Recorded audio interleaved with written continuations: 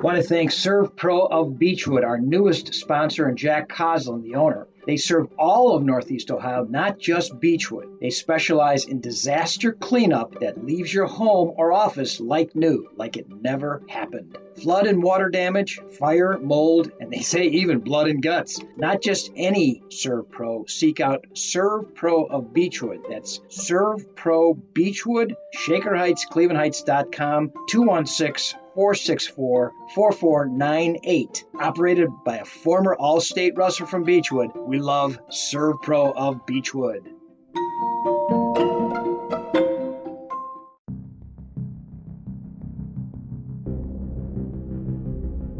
Blood Time, the podcast that speaks to the bond, the emotion between coach and athlete at the interscholastic and intercollegiate level.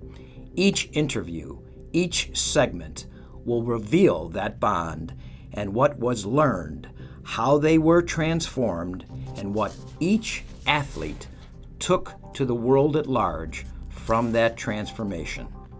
These stories will warm your heart and astound you altogether. Submitted for your approval. Now it is Blood Time. Hey guys, this is Coach Cimarroni. It's Blood Time. The next episode, I want to thank my last guest, Tom Evans, the superintendent at the Cuyahoga Heights High School and school system. Tom is also not only a superintendent, but also the head wrestling coach at Berea and Elyria. So he gave us a perspective that was both administrative as well as coaching, particularly coming out of this protracted quarantine that we have with the COVID-19 crisis.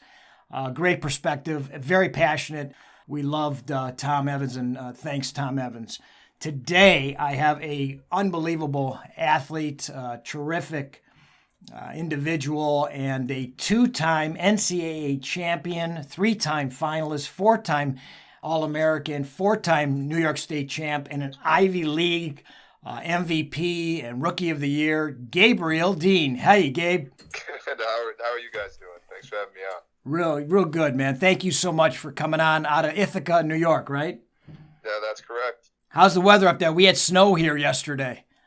We also had snow here yesterday. It was, 2020 is off to a hot start right now. It's crazy, right? Yeah. So, but anyhow, I was talking to you off air about my nephew, Matt Guerreri, who's the defensive coordinator down at Duke, and we went up to Ithaca. He was being recruited by the Ivies back in 2007, and I got a chance to visit your campus. It is a stunning campus. Yeah, I when I'm doing recruiting, tours and visits and stuff like that, I don't really have to say much. I just walk them around campus, and they get to see for themselves, what the Finger Lake region is like in Cornell, and sitting up on the hill overlooking the bottom of Cuyahoga Lake is, I say it all. I say it all the time. I've been to a lot of college campuses in my time, and there's just no other place that I've seen that really compares to, Ithaca and Cornell. So call me biased, but that's what I believe. Well, I'll tell you, Cornell is gorgeous. That not only the ravines, the lakes, the mountains, if you will, but also too, you have a 5-star hotel on campus, correct? Yeah, the Statler Hotel sits right in the middle of campus. So many different people stayed at that. Actually, I was there was one day where I was going to class and saw a crowd of people following this guy, and as I got closer, I realized Denzel Washington was walking out of the Statler Hotel. And oh wow, there's just Statler Hotel is incredible. My parents stay there a lot of times when they come onto campus, and it's a pretty neat place. It's cool, and isn't there like an entire degree coming out of there, so that the degreed individuals work there as well, right? Get real life experience.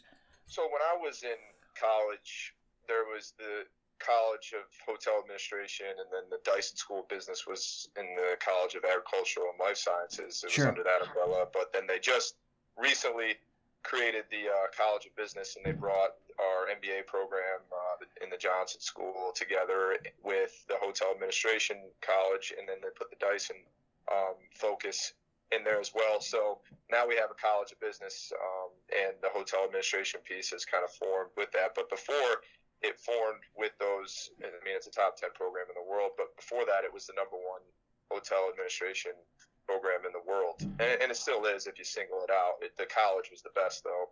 Yeah. The whole across the globe. So what is kind of unique is about the Statler Hotel. When you walk through it, you notice that everybody doing the positions and the jobs are mostly students. Sure. Almost all of them are students. The chefs, the cleaning people, the check-in, valet, and it's because the hotel, like a chemistry, you have a lab, right? For it. Well, hotel administration, if you're going into hotel administration specifically, your labs are learning firsthand and actually running the Statler Hotel. So the students actually run the hotel, overseen by senior level administration. So it's actually kind of neat how they set that up, and those kids get to learn firsthand every single aspect of running a hotel. So that's why it's the number one program in the world. It's brilliant. I had a great experience there, and it's also pragmatic, and it's particularly with today, with people saying, "What is my degree for? Am I wasting my money?" You're not wasting your money at Cornell. No. It's Cornell is. I'm sure we'll speak about it, but Cornell is unique in the sense it's all need based. It's all financial aid. There's no athletic scholarships. Right.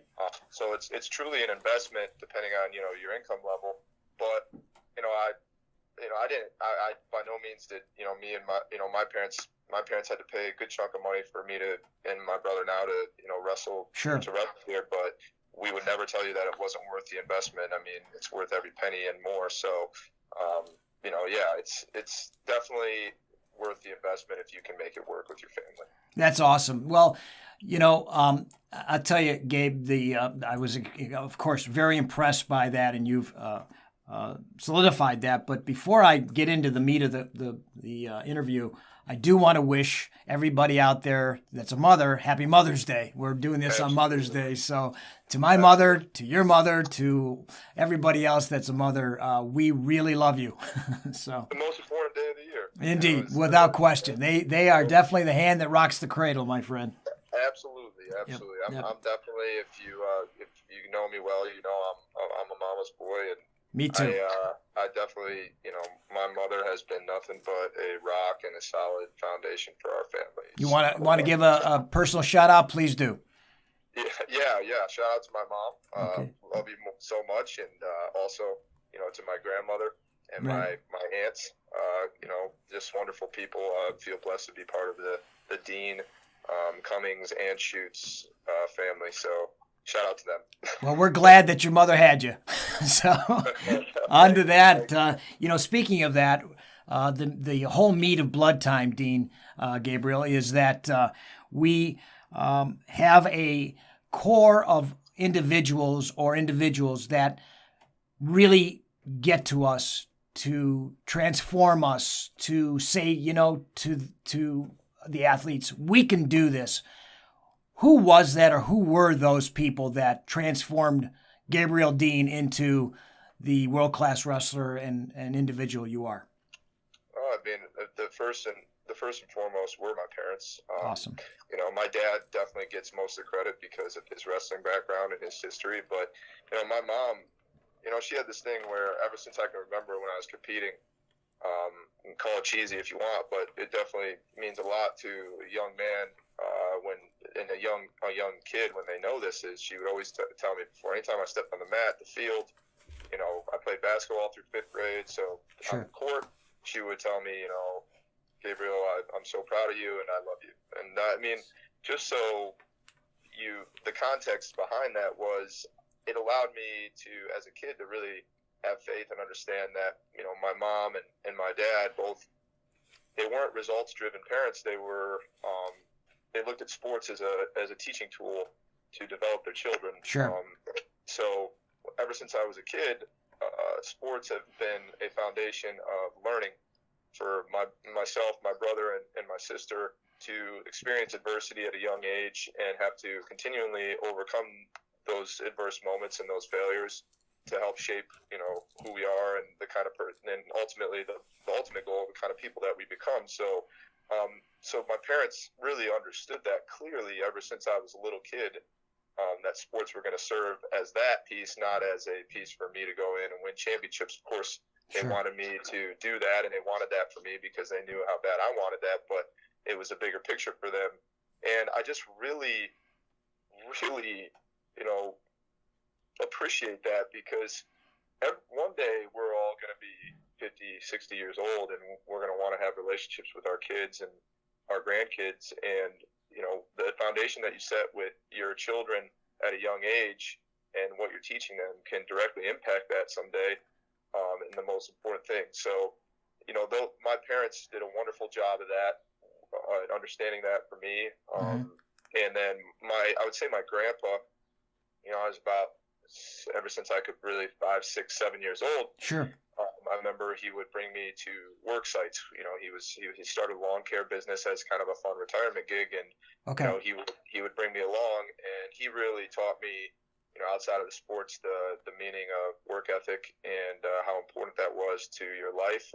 He was raised in an Irish family on a farm, and worked his whole life since he could pretty much walk. So he wanted to really instill that into his grandkids. So he would take me to these jobs, and he'd have me move rocks, and he taught me how to mow the lawns and do all these kind of things, probably since I was 6, 7, 8 years old, which probably shouldn't say publicly, because you probably shouldn't be pushing a lawnmower. Hey, I was, believe me, I know that feeling. Coming from an Italian family, we know landscaping. Yeah. And I remember, he would always have Coca-Cola, no matter what, in the truck, and I'd hop in, and he'd have a little mini Coke waiting for me, and he'd be like, Roadrunner, if there's one thing that I'm going to teach you, and he calls me Roadrunner. He's never called me Gabe. That's my nickname. He has a nickname for every single one of his grandkids, and love it. He said, Roadrunner, there's one thing that I'm going to teach you. It's going to be how to work hard, and I would say those three people directly impacted me and mentored me until I got to college. And then when I got to college, my first immediate mentor was Cam Simez. He was 4-time All-American national champ for Cornell, and he mentored me by pretty much beating the hell out of me every single day. Gotcha. But then building me back up and giving me a path to follow, and then Damian Hahn really stepped into the role after Cam tortured me my first year, and really started developing a really strong relationship with him. Well, he came from a pretty storied program too at the Gophers, right? Yeah, I mean, he was part of that team that had 10 All-Americans and no national champs, but they won the national title because they had 10 All-Americans. And he really understood how important it was for my development, not just as a wrestler, but as a leader, as a captain, as a person that was becoming that in our team. And he helped guide that with his experience, and I became very close with his wife and his 2 boys that he had during the time, had during the time that I was here. And right. Just a wonderful man, incredibly loyal. Sure. And never doubted for a second every time I looked over into that corner that he didn't have my back. That's awesome. That is so important. That symbiotic relationship that you just are like one. It's so incredibly important. Yeah, we got to that point where he knew what was going through my head, and I knew what was going through his head. Just by the looks. And so. It was a very incredible working relationship. And, Mike Gray was kind of my second-hand man, worked with me technically, really developed a lot of my technique. Probably one of the best technicians I've ever been around in the sport is Mike Gray. And, he would wrestle with me. And, he's 145 pounds, dripping wet, and You're right. He'd get in there and he'd still roll around with me and work with me. And, just a selfless human being. And been blessed to now coach with him for a couple of years. And he's our associate head coach. So it's, I've been very lucky. I've been surrounded by wonderful people that have helped shape me into the man that I am. And, those are just the ones that stand out, but there's been plenty of people. Rob Cole himself, especially now on the coaching side, everybody asks me what it's like to work for Rob Cole. He's kind of a legendary figure in our sport. And, that's definitely the right word, legendary, no question. And I don't think, and I say this all the time, you talk about the greatest head coaches in our sport, and the media ones that jump to mind are Dan Gable and, Cal Sanderson's obviously made a name for himself. The Brands have done well. But the thing to me is Rob Cole, and I'm completely biased, don't get me wrong, but Right. he could arguably be the greatest head coach in our sport based upon what he took and developed here at Cornell. No doubt. No I doubt. would like to see other men step into that role and do what he has done here. So, to take a place like Cornell, where I remember, he shows me pictures, but they wrestled in this little box in Teagle Hall. Sure. And now being another middle of a $5 million, another standalone Friedman building expansion right now is for wrestling is just, it's incredible. And, the teams that he's put together and the staffs that he's had, and what I've been able to learn from the man just past the X's and O's of wrestling, just on the administrative side and how he runs his program is second to none. So when you ask me who the greatest head coaches are, Rob Cole is definitely in that mix. And that's such a great point too, Gabe, because I'll tell you what, my nephew, Matt Guerreri, is lucky enough to have David Cutcliffe as his head coach in football at Duke. Think about how, and they make a bowl game almost every year, and it's so hard. Stanford, the same type of thing, So you guys are kind of in that same mix and that's where Rob's brilliance and excellence shines through, is because it's a tougher situation than like at a Penn State. But also too, you've got guys that are doing great jobs like Tom Ryan too over Ohio State, and some of the other guys in the Big Ten. And I just really appreciate what Rob does and what you guys are doing at Cornell, because I think it is very tough to do. Yeah, one is our recruiting pool is so small because you have to have a kid that has that fits academically, and if he fits academically, then does he fall into the right income bracket Sure. in order to receive financial aid to make it affordable? And I had a guy here, a great guy. Actually, I coached him at John Carroll University, John Gramuglia, who's the retired head coach at Wadsworth, and you got one of his guys down there, Ben Darmstadt, correct? Well, Ben is a Elyria guy, but Elyria guy, that's right, yeah. Noah Ballman is the Noah Ballman, that's it. My bad. Yeah. The Wadsworth young man who just graduated this past year. Finally made the national tournament. Right. Heartbreaking that he couldn't actually finish his career there, but has had an internship with Citibank through one of our Cornell network connections, and then now has a full-time job with Citibank in New York City. He'll start his investment banking career here shortly. So that's awesome. Just a wonderful young man. Great to have him part of our program, and definitely going to go on and do extremely well for himself. Sure. So just a really intelligent kid that I'm excited to see how his future unfolds. That's what this is all about too, Blood Time, is to create that family and to create that opportunity and then to pay it forward. And I'm sure once he gets out there and starts bringing in some cheddar, he may give something back to Cornell and to the sport, right? Yeah. No, I think Rob's pretty pumped about his position. It's in awesome. terms that not only is he going to be super successful for his own life and be able to take care of his family someday, but also, I'm sure Rob will be hitting him up here in not too long. So. I love that. That's fantastic. And I want to mention too that you have a podcast of your own, The Dean's List, and you just interviewed Lee Kemp. Yeah, we had Lee on. I've been extremely lucky. I fell into a situation where, I have a producer, I have, a team of 3 people that, pour their heart and soul into this. Sure. Me, a really good friend of mine, who wanted to do it, and it was that, quarantine time is kind of the time to do it, and so we went at it hard, and we really just wanted to provide free content for people to enjoy when they're at home right now during these tough times, and cool stories. So that's been our whole goal of the podcast, to provide for people. That's awesome. And interesting, we were talking about mentors and wrestling leaders. But also in the room, there's that drill partner. And Lee was talking about in his interview that one of the most important guys in his entire wrestling career was his drill partner at University of Wisconsin, who wasn't the greatest of wrestlers. Matter of fact, Lee used to beat the crap out of him every day, but he was there every day, giving it his all, being that tough, takedown and working it to the nth degree, never really doing much in his career, but really giving to Lee. Was there anybody like that in your career? Have you seen anybody like that in the wrestling room at Cornell, that just is just a hard-working dude? Currently, or when I was wrestling? When you were wrestling. When I was wrestling, well, first, the guy that just that kind of blew me away was Cam Simes. Just totally inspired me to want to wrestle like him. Sure. I remember my senior year in high school, he came back. He was a senior in college, ranked #1 in the country, and he wrestled with me. And it's about an hour and a half, just absolutely just terrorized me. And I remember, there's a lot of thoughts going through your head as a young man when that happens to you. You're like, well, one, I'm terrible at wrestling, a lot worse than I thought. Two, how do I ever get on that level? But the thing that for me is that if I was inspired by it, I was like, I want to wrestle like Cam Simes, and I wasn't going to wrestle exactly like him. He was long and he had ankle picks and stuff like that, and I'm not too lengthy, so we started to develop this style, and he coached me and he taught me how to wrestle that way and this mentality that you have to have.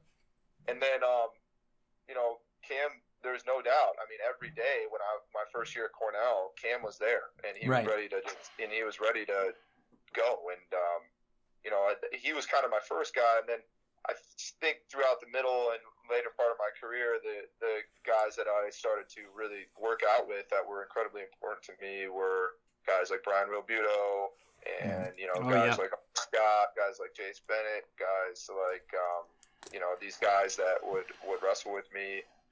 Damian would jump in there, but near the end of my career started to jump in for the live part. He didn't definitely want to drill with me. Sure. Yeah. I mean, I was lucky enough to have training partners, and then some of the young guys, my Ben Hannes wrestled with me all the time. Right. And he was an All-American his senior year. I would say Brian Realbuto my senior year was probably the guy that I wrestled with the most. Right. There's not like one single person, but I had definitely a lot of guys that, were willing to work out with me and be there for me. Well, and then you also have two of the greatest, in the world right now, right? In Yanni and Kyle. Are they in the room? What's going on with those guys? Yeah, so I mean, no one's allowed in our wrestling center right now. So sure, they have their of course. They have their garages set up, right? And they're working out in their garages. Yanni is obviously a very special athlete, and Kyle's obviously who he is. Right. And we got so much young talent coming in, and we also have great upperweights too. We have tough guys all around. Nashawn Garrett's training here right now. Sure. Too. Vito Ruja is obviously an animal. My brother has done very well. Ben Darmstadt is here. Right. We had national qualifiers at their backups this year were national qualifiers. Matt and John. I mean, it's an exciting time to be a part of our program. I think we're about to really go on some special runs here. If we take care of our business. So. You're deep. There's no question. You're deep. Yeah. Absolutely. Yeah, kind of the first time. Rob Cole was saying kind of the first time, and he's really felt like his team was as deep as it is now. Well, you guys are in the top 10 in the last, I don't know how many years. I mean, I know you took 7th. Was it last year? We haven't. Yeah, we took 7th last year. We haven't been out of the top 10, I think, between 15 and 17 years. Wow. So that's fantastic. Yeah, that is a run. Incredible run. That is a run. Hey, I want to welcome our newest sponsor, Antonio Nicholson from Nicholson Law. This former state place winner from Solon High School and captain of the Cleveland State University team is an attorney that handles criminal cases, everything from minor misdemeanors to felonies of the first degree. He also does custody, civil, and personal injury cases, and he's been doing this for 6 years. He's a former public defender, and his motto is always and forever protector of the people. He wants to offer a 10% discount to all athletes, former and present, if they retain his services. Nicholson Law at 216-774-4774. That's 216-774-4774. Antonio Nicholson, Nicholson Law. In your own career, you've beat the best of the best, and and then your senior year, lost a really tough heartbreaker, going for your 3rd national title. Tell me a little bit about the difference that you felt in beating an Ed Ruth and then having that heartbreaker to Bo. I want to give credit to Ed Ruth, for him to build himself onto that kind of platform never gives an opportunity for a young freshman like myself to knock him off. So, Sure. For him to be as great of an athlete as he was, it's just, it's it's incredible what he did in the sport of wrestling. And I think he's one of those guys that you talk about that, changed the game a little bit. He looked like, he was like Michael Jordan. That, I was literally about to say, because I'm watching this documentary on Michael Jordan right now, the Bulls, and Ed Ruth really reminds me of that MJ type guy. I mean, he was just a great athlete. I mean, first of all, that's just the obvious, right? But a lot of people don't know about Ed, he worked extremely hard. I mean, sure. he was an extremely hard worker, and his success showed from it. Right. He beat me when it counted. I would definitely switch the Southern Scuffle for the national semifinals. So, right. But it was nothing but respect to Ed Ruth, and sure.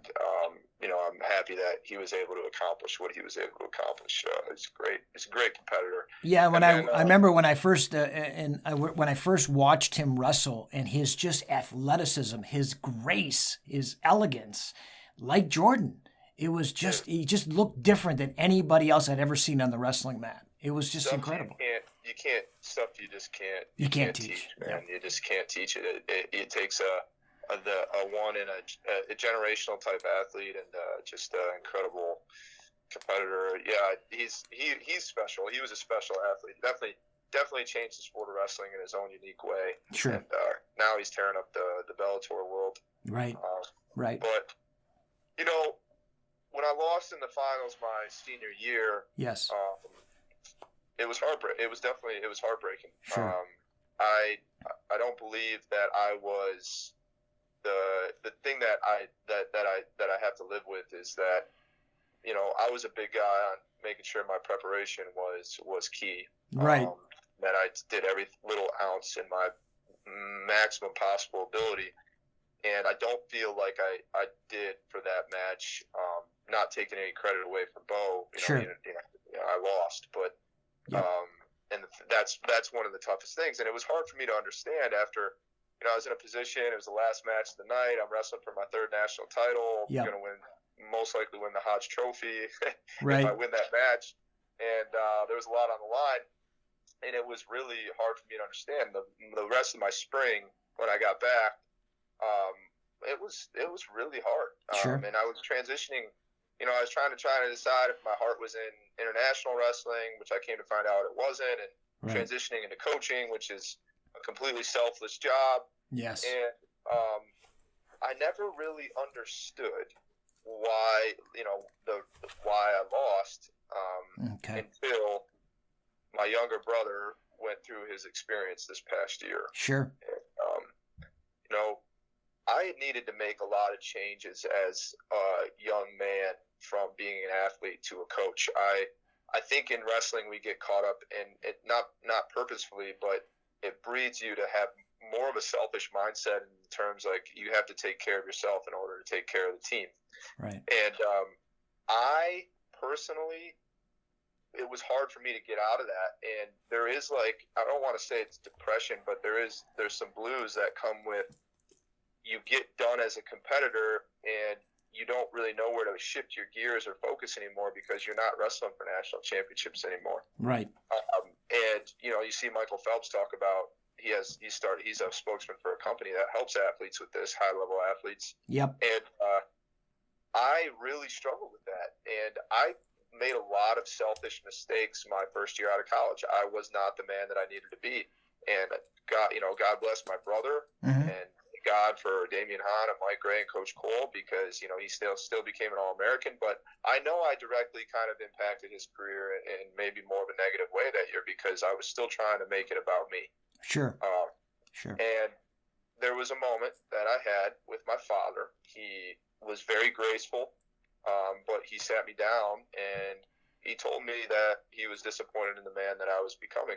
And gotcha. When you have one of your biggest mentors and the people you look up to, really a hero figure to me, tell you that, it really makes you take a step back and look at your life in a different perspective, and he said to me, if you don't understand how to live a life of service, you will be unhappy. Right. And it really hit home with me that I was in a career that, I had to put faith in the fact that living a life of service would bring me the ultimate happiness, which I never really fully embraced before until that moment. So I put my faith in it, and I started doing that.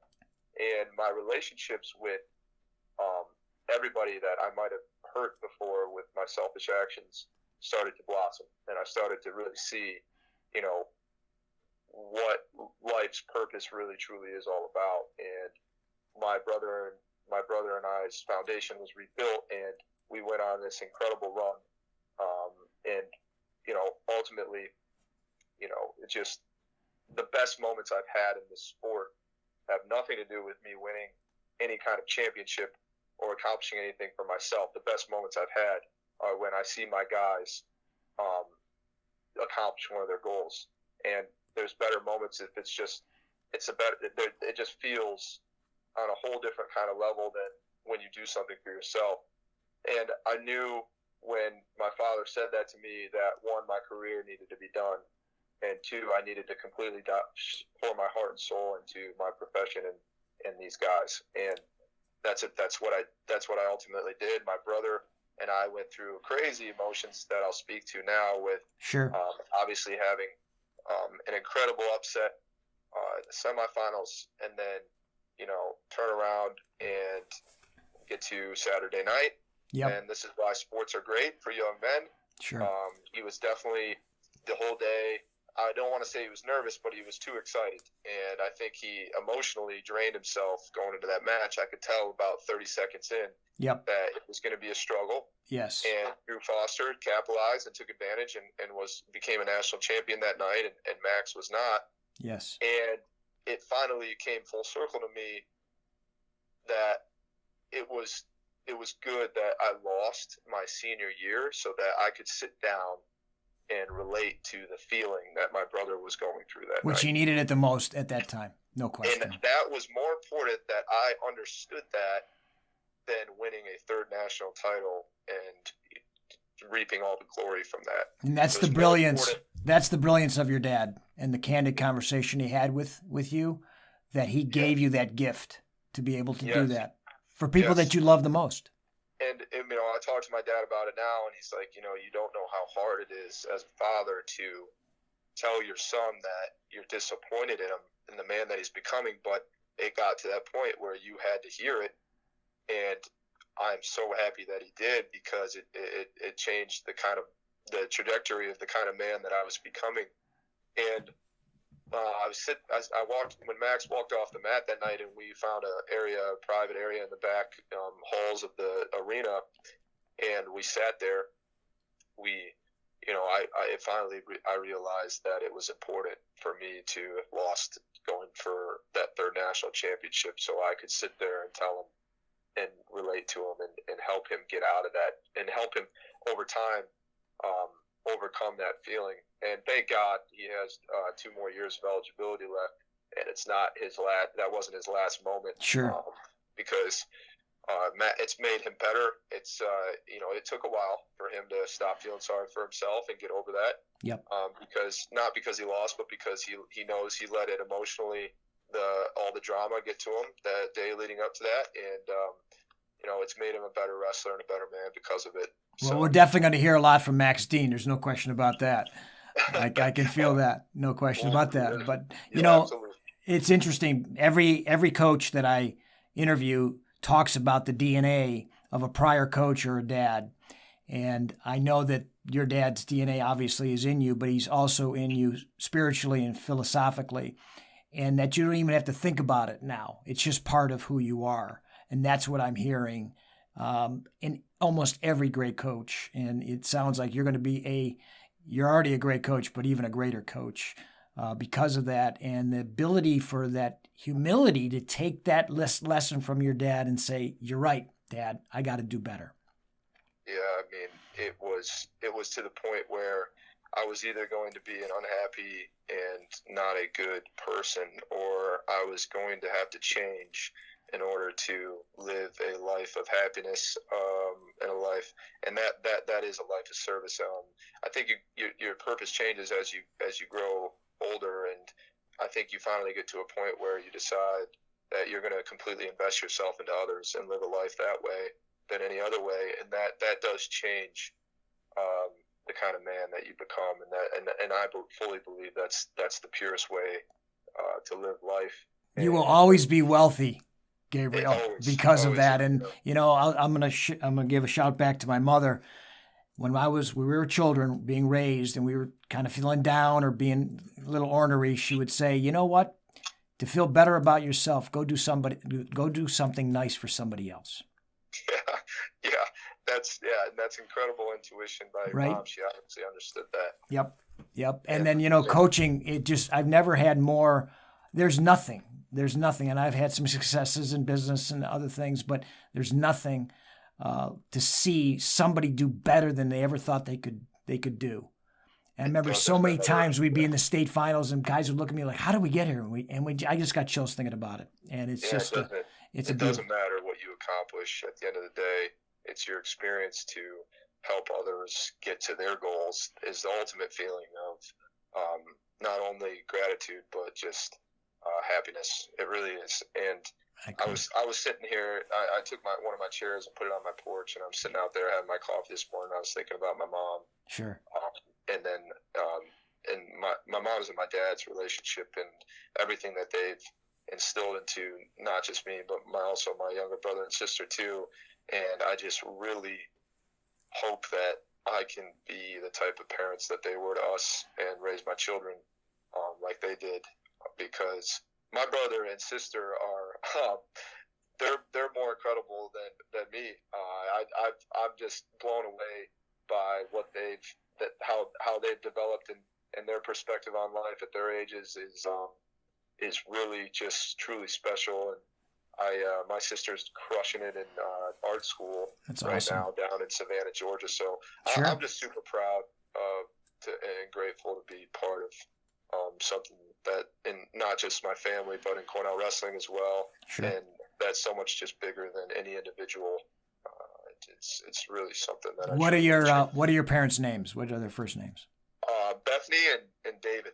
Well, shout out to both Bethany and David. We love you for having Gabriel, Max, and what is your sister's name?